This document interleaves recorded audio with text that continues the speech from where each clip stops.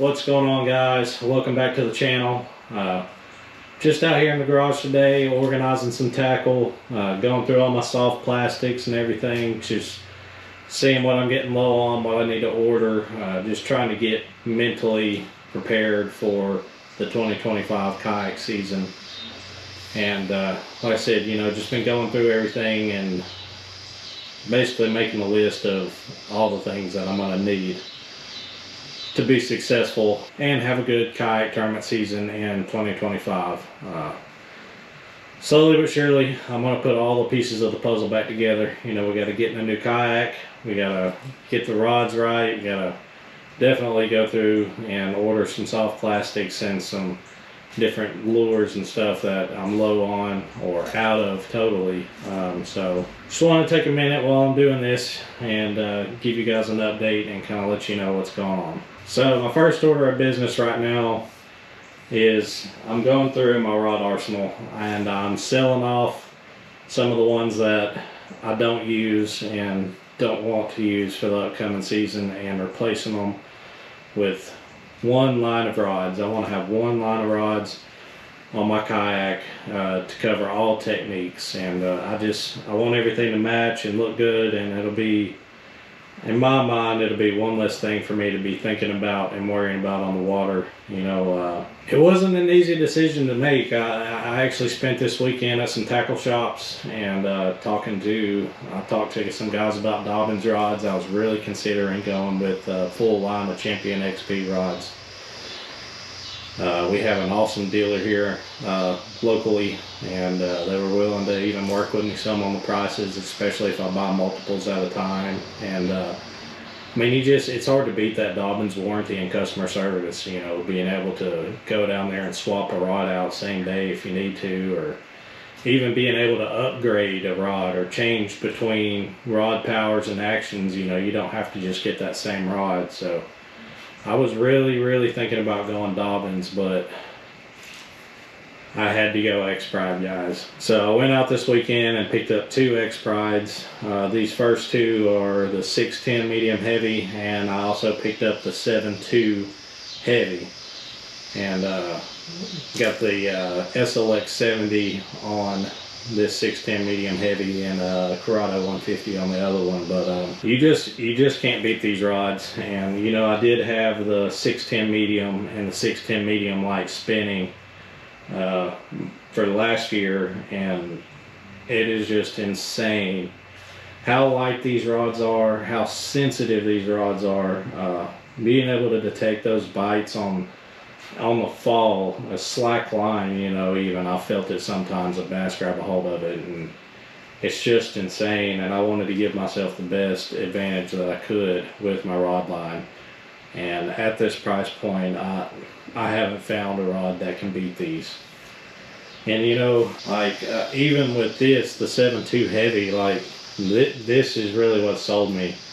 I mean, this 7.2 heavy literally feels like a budget and medium rod. Like, it's so light, and I definitely didn't want to be struggling with any kind of fatigue.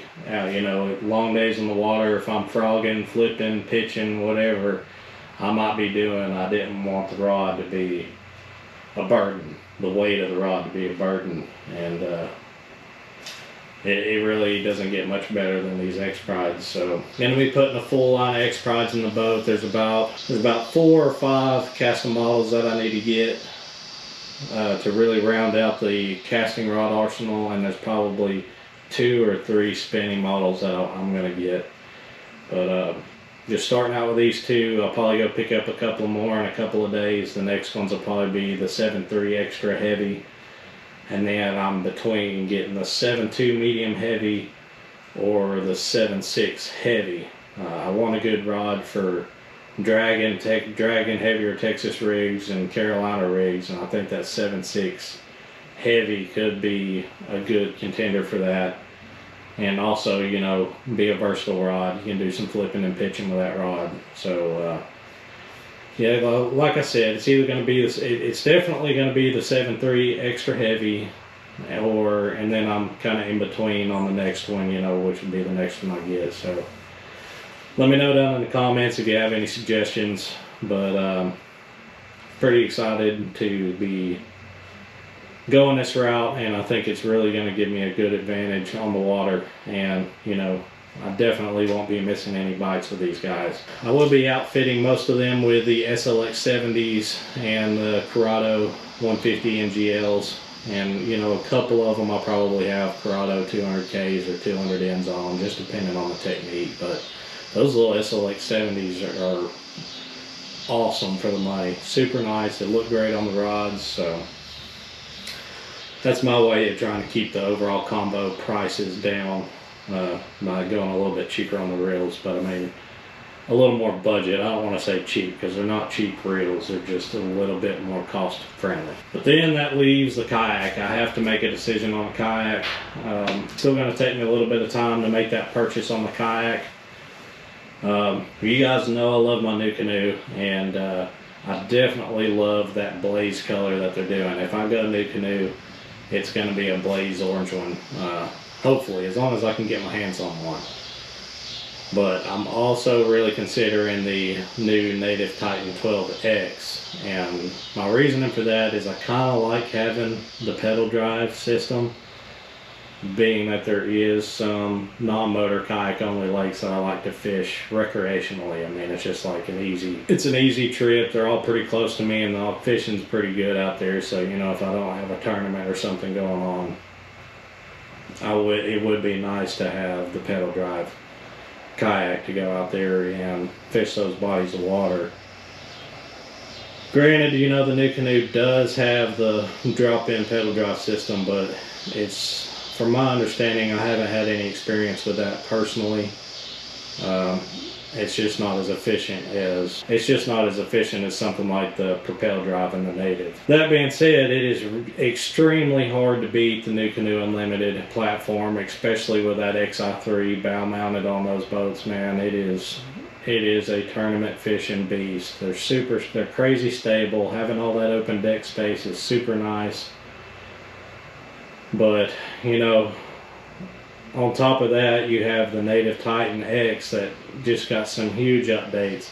I love the built-in battery storage in the hull of the kayak. I mean, that's really dropping the center of gravity down on that thing. Not that it needs any help with stability, but I've always thought, you know, worst case scenario, what if I did flip this kayak over, you know, and now I've got this battery, my black pack, my rods, the motor, all of this weight that's up on the kayak, and it's upside down. Now I've got to try and figure out how I'm going to flip this thing back over.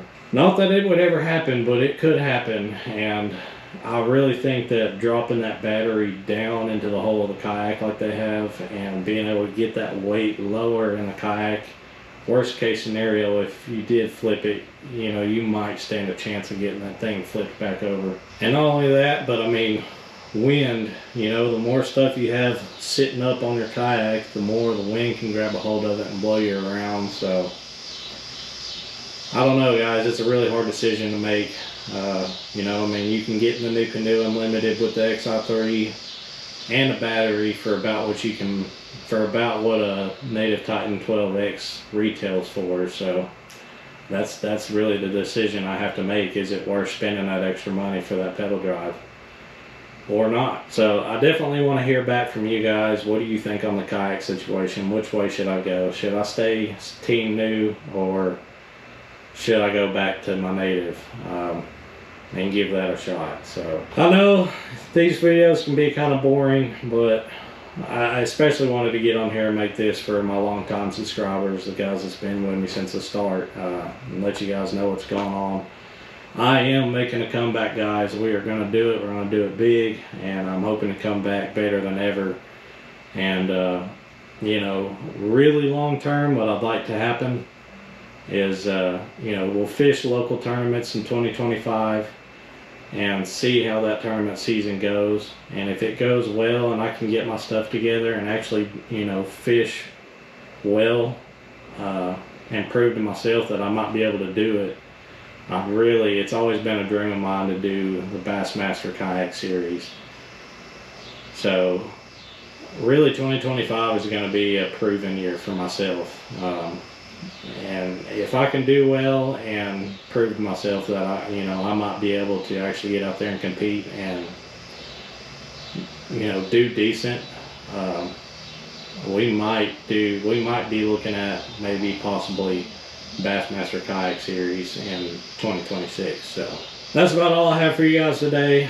As always, I appreciate you watching. Hit that like button, subscribe to the channel. Still want to get this thing up to 1,000 subscribers.